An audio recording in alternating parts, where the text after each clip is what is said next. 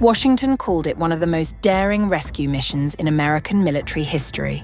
Iran says it was a trap, that they had prior intelligence, that they were waiting. The wreckage is confirmed burned south of Isfahan. What the Pentagon won't answer: how many aircraft, how many casualties, what actually happened on the ground? This rescue story has holes in it.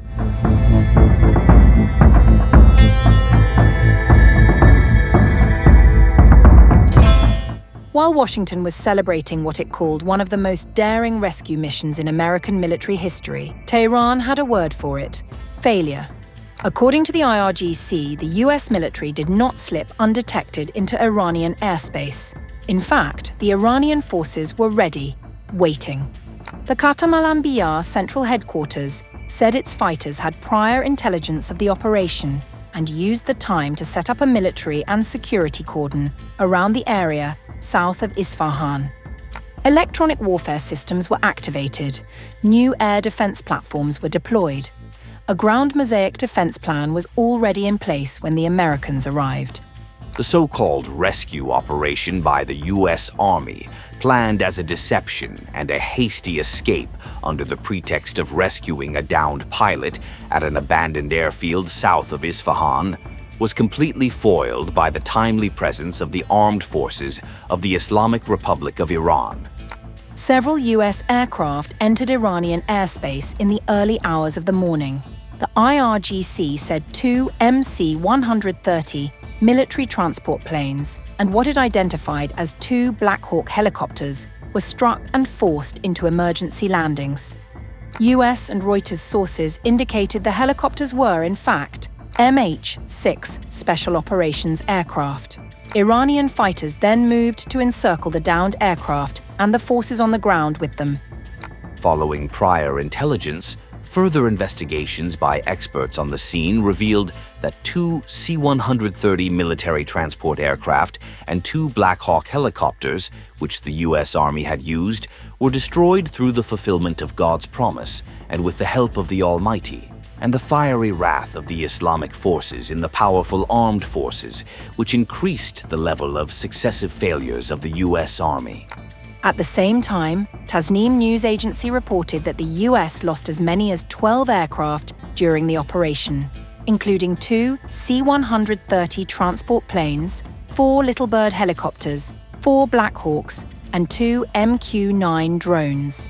What followed, Tehran claims, was not an extraction. It was a destruction of their own.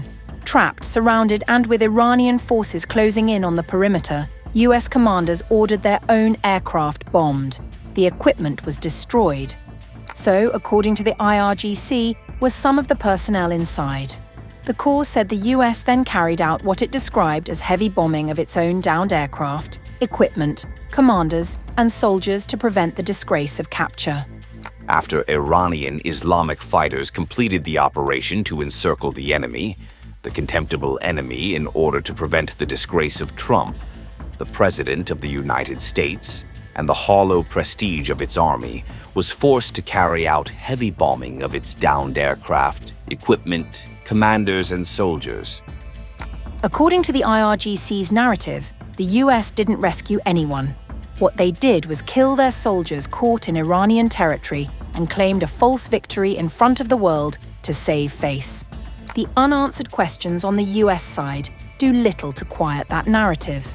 As of April 6th, the Pentagon had not confirmed how many aircraft were damaged or destroyed, had not said whether any Iranian or non-US personnel were killed, and had not clarified whether the rescued colonel's injuries were sustained during ejection, evasion, or extraction.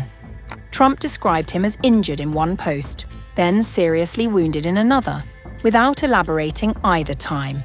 His location remained undisclosed, though CBS reported he had been taken to Kuwait for medical treatment. The US says all its personnel came home. Iran says it destroyed the mission before it could succeed. The wreckage sits south of Isfahan, burned and confirmed. Everything around it is disputed, and the fog of war has made the line between truth and falsehood even more blurred.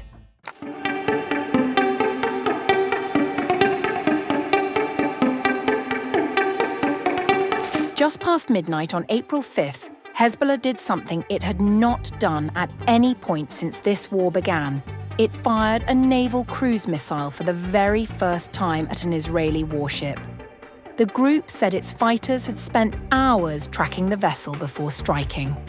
According to Hezbollah's statement, the warship was approximately 68 nautical miles off the Lebanese coast that is roughly 126 kilometers out to sea and was, in the group's own words, preparing to launch attacks on Lebanese territory. Hezbollah confirmed a direct hit. When AFP reached the Israeli military for comment, the response was brief and telling. We are not aware of it. But the strike itself is harder to dismiss. Israeli warships have been used repeatedly in recent months to launch strikes deep into Lebanon. Hezbollah, it appears, has now decided to push back at sea. In its statement, the group drew a direct line to the 2006 war, referencing former Secretary General Hassan Nasrallah's announcement that Hezbollah had struck an Israeli Sa'ar-class warship during that conflict. The reference was deliberate. It was a message about institutional memory, that Hezbollah tracks its own history and intends to repeat it. While the naval strike was the headline, what followed in Israeli media may have been even more significant. Channel 12 in Israel reported that Major General Ravil Milo, the Northern Command chief, told a closed-door meeting that the military had been surprised by Hezbollah's ability to rebuild its fighting capacity after earlier confrontations. The report went further, saying that previous Israeli military assessments, which had concluded that Hezbollah had been significantly degraded, were now being described internally as overly optimistic. That admission, made behind closed doors, landed publicly anyway. On Saturday alone, the day before the warship strike, Hezbollah said it carried out 42 separate operations against Israeli positions and troop concentrations. Early Sunday brought more: rocket strikes on Israeli forces in Ainata and near the settlement of Malakia, and drone attacks on the Zarit barracks shortly after midnight. All of this falls under what Hezbollah has named its ongoing campaign, Devoured Straw, targeting Israeli military sites, border positions, and troop gatherings across the north. The broader picture is this: a group that Israel believed it had weakened significantly is now striking Israeli warships at sea, running dozens of operations a day, and, by the account of Israel's own northern commander, doing so with a level of capacity that caught the military off guard.